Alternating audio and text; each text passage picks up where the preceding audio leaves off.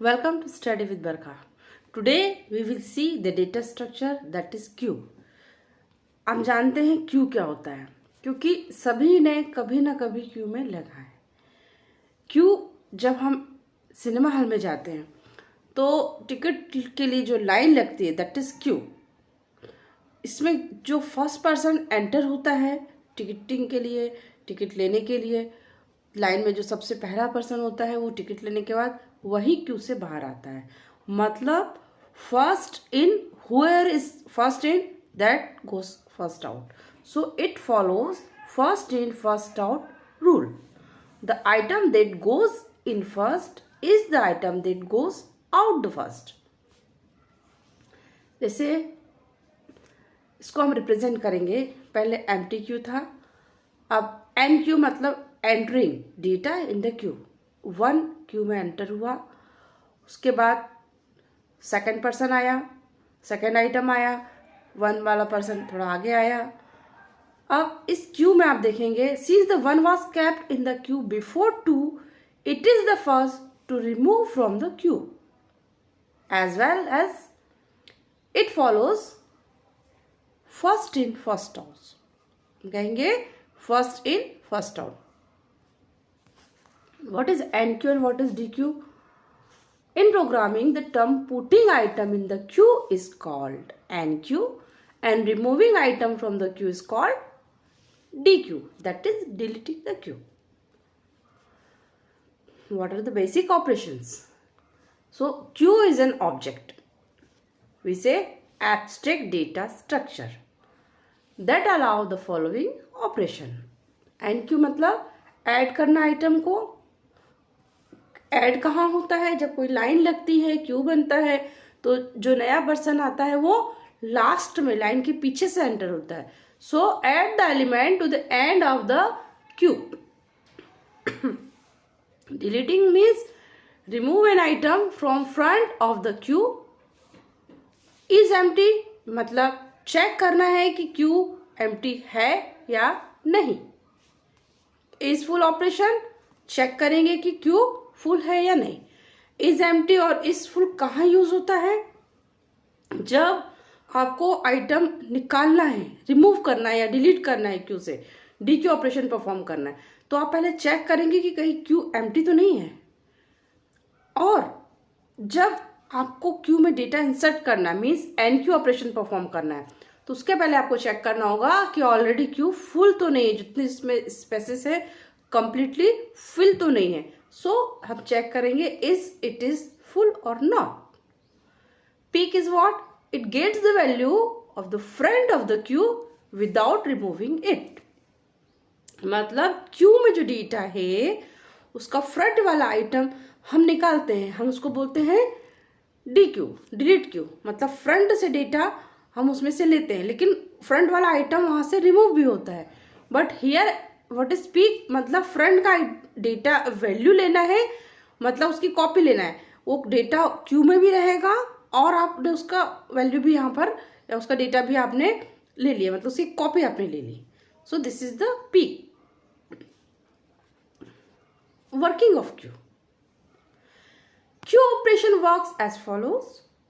To pointer front and rear. हम दो pointer बनाएंगे, फ्रंट और रियर। फ्रंट फर्स्ट एलिमेंट को ट्रैक करेगा और रियर जो है वो लास्ट एलिमेंट को ट्रैक करेगा। इनिशियल में हम फ्रंट और रियर दोनों की वैल्यू को -1 पर सेट करते हैं। जब क्यू बनाएंगे हम -1 पर फ्रंट और रियर की वैल्यू को सेट करेंगे। अब एन क्यू ऑपरेशन कैसे परफॉर्म करते हैं? हम अभी सिर्फ उसका लॉजिक समझ रहे हैं, उसके बाद हम उसको प्रोग्रामिंग में कैसे करेंगे, उसके प्रोग्राम्स कैसे बनेंगे, कैसा वेरिएबल लेना है, क्यू के लिए अरे लेना है, क्या लेना है, वो हम आगे देखेंगे। अभी हम उसके सिर्फ लॉजिकली उसको समझना चाह रहे हैं। So what is an Q operation? वैसे आपको मैंने बताया, पहले हम देखेंगे डेटा को एंटर करने के पहले चेक करना होगा कि उसमें स्पेस है या नहीं, मतलब क्यू ऑलरेडी फुल तो नहीं है। So first we will check if queue is full or not. After that, for the first element, अगर फुल नहीं है क्यू, टोटली हम नया क्यू बना रहे हैं, तो उस समय हम स्टार्टिंग में हम फ्रंट और रियर की वैल्यू को -1 पे सेट करते हैं, और जब हमको डेटा एंटर करना होता है तो फ्रंट की वैल्यू को हम 0 पर सेट करेंगे, और रियर की जो भी वैल्यू है उसको उसका इंडेक्स 1 से बढ़ा देंगे।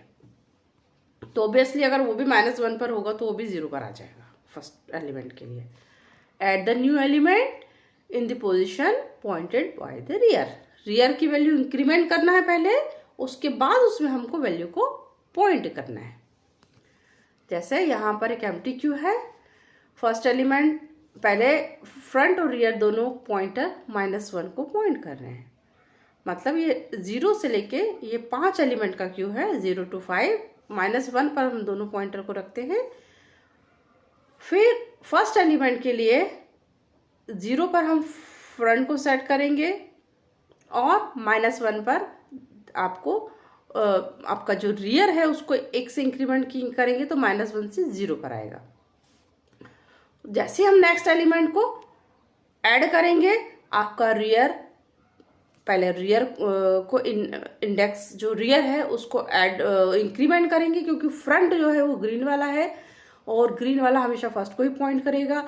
और जब भी नया एलिमेंट हमको ऐड करना होगा, हमको रियर को पहले बढ़ाना होगा, इंक्रीमेंट करना होगा, 1 था तो 2 करना होगा, 2 है तो 3, इस तरह से रियर बढ़ेगा, और रियर पर मतलब एंड पर ही हम एलिमेंट को फिट करेंगे। What is delete Q? If delete मतलब डिलीट करना, एलिमेंट को डिलीट कहाँ से करते हैं? हम फ्रंट से करते हैं, ऐड करते हैं रियर से, एंड से ऐड करेंगे, फ्रंट से हम रिमूव करेंगे डेटा को। तो डिलीट करने के पहले सबसे पहले चेक करेंगे कि क्यू एम्प्टी है कि नहीं, और जो भी फ्रंट पर जो भी डेटा है उसको हम डिलीट करेंगे, उसकी वैल्यू को रिटर्न करेंगे। किसकी वैल्यू को?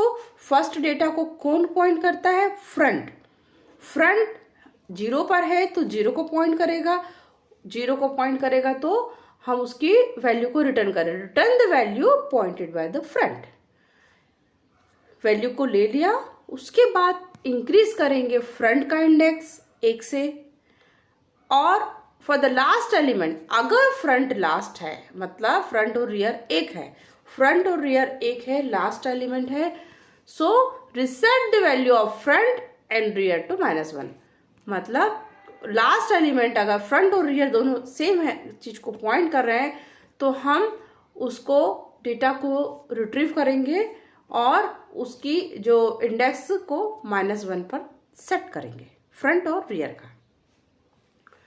फिर से देखें, check if the queue is empty, return the value pointed by front, increase the front index by 1।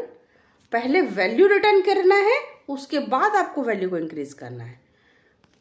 0 पर था तो 0 की वैल्यू ली, उसके बाद फ्रंट को आपने 1 पे सेट कर दिया। उसी प्रकार अगर लास्ट एलिमेंट है तो लास्ट एलिमेंट की वैल्यू पहले रिट्रीव करेंगे, और उसके बाद फ्रंट और रियर दोनों को -1 पर सेट करेंगे। First return the value and after that increment the pointer. This is queue implementation in C. As you know, ये स्टडी IO.H हम लेते ही है। डिफाइन करेंगे एक कांस्टेंट साइज जो कि 5 है, मतलब हमको जो क्यू लेना है वो 5 एलिमेंट का लेना है। अब हमने एक फंक्शन बनाया है NQ, सेकंड है DQ and third is display.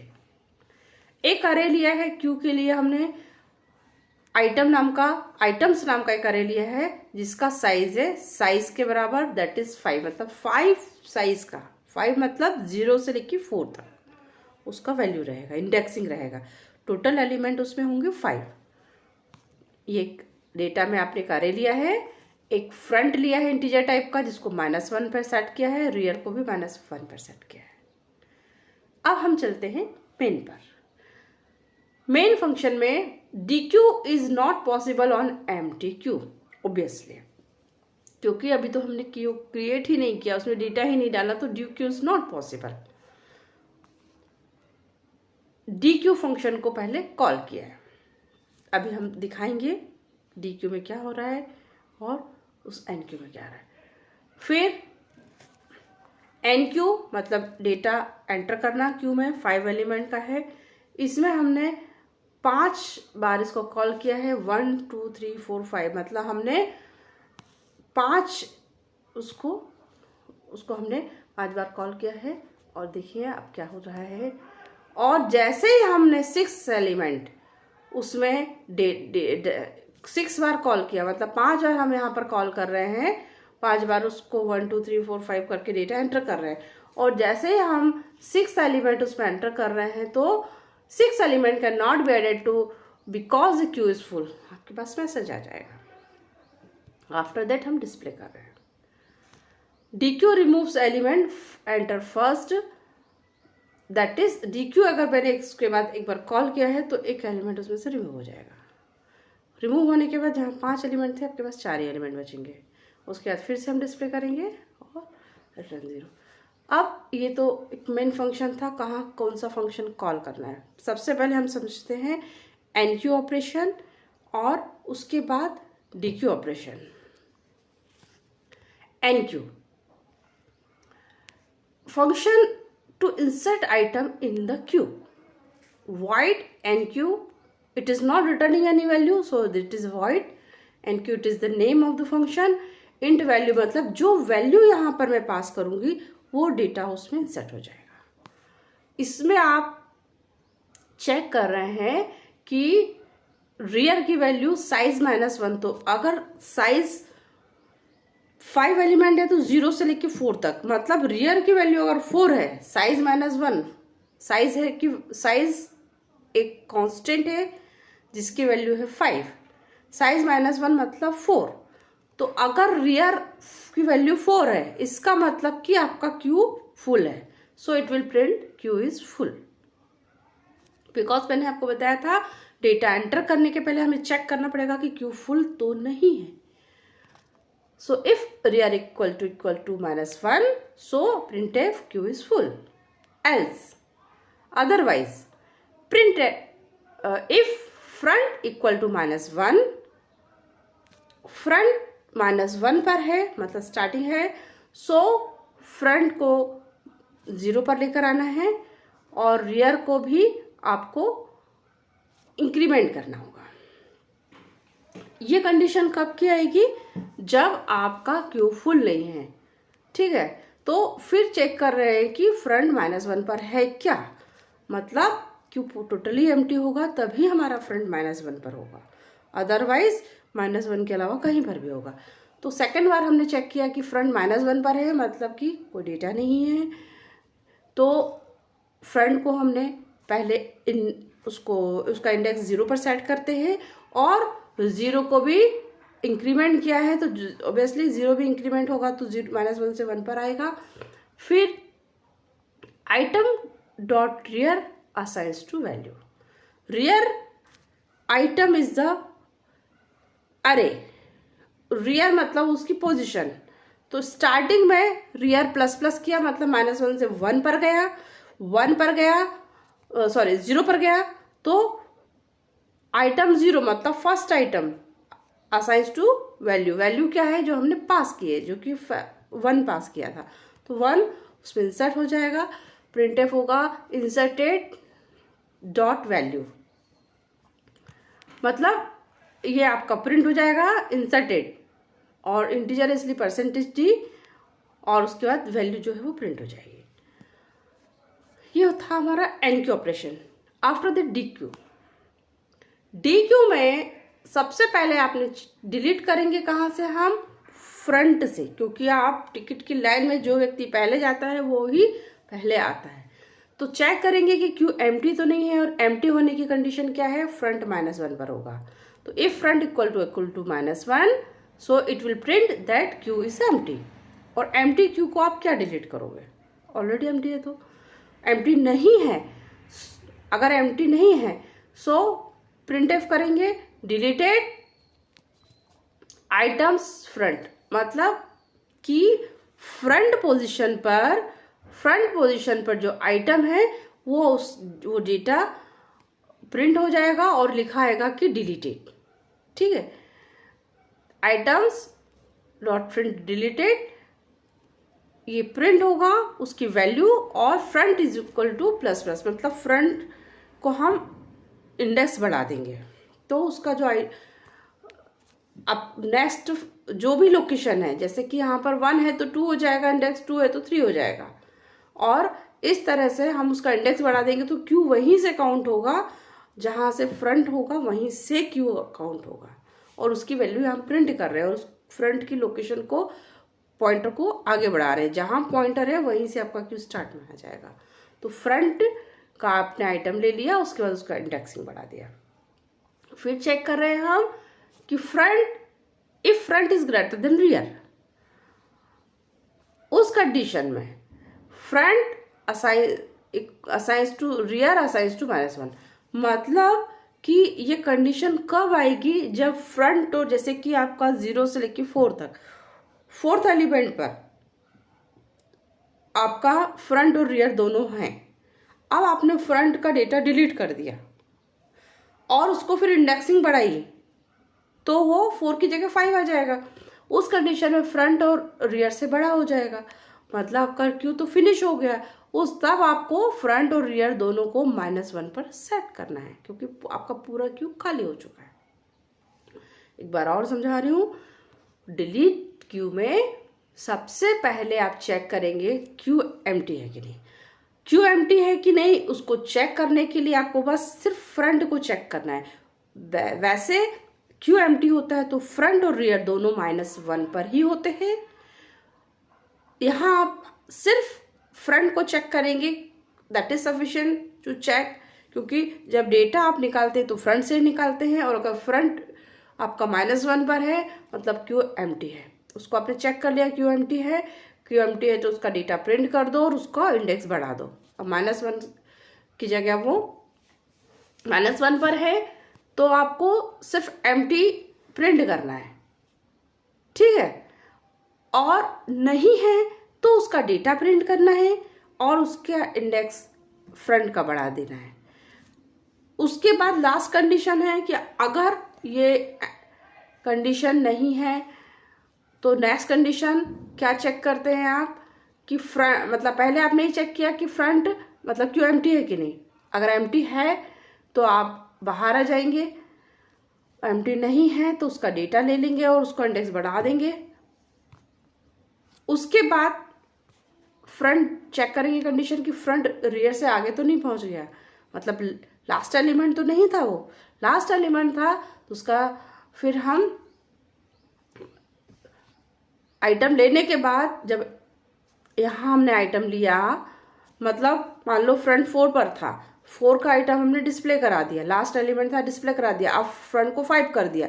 अब इस कंडीशन में क्या होगा कि फ्रंट रियर से बड़ा हो गया, मतलब लास्ट एलिमेंट था, तो उसका डेटा लेने के बाद जब हम उसका इंडेक्सिंग बढ़ाते हैं फ्रंट का, तो फ्रंट की वैल्यू हमेशा रियर से ज़्यादा हो जाती है।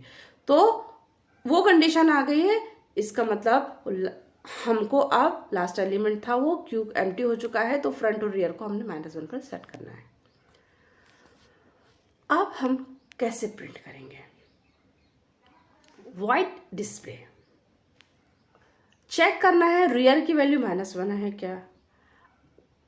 अगर रियर -1 पर है तो क्यू इज एम्प्टी, रियर और फ्रंट दोनों ही -1 पर, मतलब क्यू एम्प्टी होता है। क्यू एम्प्टी है, अगर नहीं है तो हमें क्या करना है, एक इंटीजर वेरिएबल लेंगे i और प्रिंट करवाना है क्यू एलिमेंट्स आर, डिस्प्ले हो जाएगा। अब जितने भी आपका अरे है, अरे को हम जैसा अरे को प्रिंट कराते हैं एक लूप लगा के, पहले फर्स्ट एलिमेंट से लेके लास्ट एलिमेंट तक लूप को इंक्रीमेंट करते हैं, उसको प्रिंट कराते हैं सेम एज इट इज। एक आपने लूप लगाया है, आई की वैल्यू फ्रंट के बराबर रखी है, और जब तक रियर पर के इक्वल ना हो जाए आपका आइटम जो अरे है, अरे डॉट आई मतलब फ्रंट वाले की वैल्यू प्रिंट होती रहेगी जब तक वो रियर के बराबर ना हो जाए। फ्रंट सबसे पहले 0 पर, जहाँ पर भी 0 1 जहाँ पर भी डेटा है वहाँ that is item dot I में आएगा उसको प्रिंट करेगा, फिर उसको इंक्रीमेंट करेंगे 1 का 2 3 4 इस तरह से, जब तक वो रियर के से कम या रियर के बराबर नहीं है तब तक उसको लूप में इंक्रीमेंट करते जाएंगे, उसको प्रिंट करते जाएंगे। इस तरह से हम डेटा को प्रिंट करते हैं और एट लास्ट हम न्यू लाइन प्रिंट कर रहे हैं। Thank you for watching and like, subscribe and comment if any more questions. Thank you.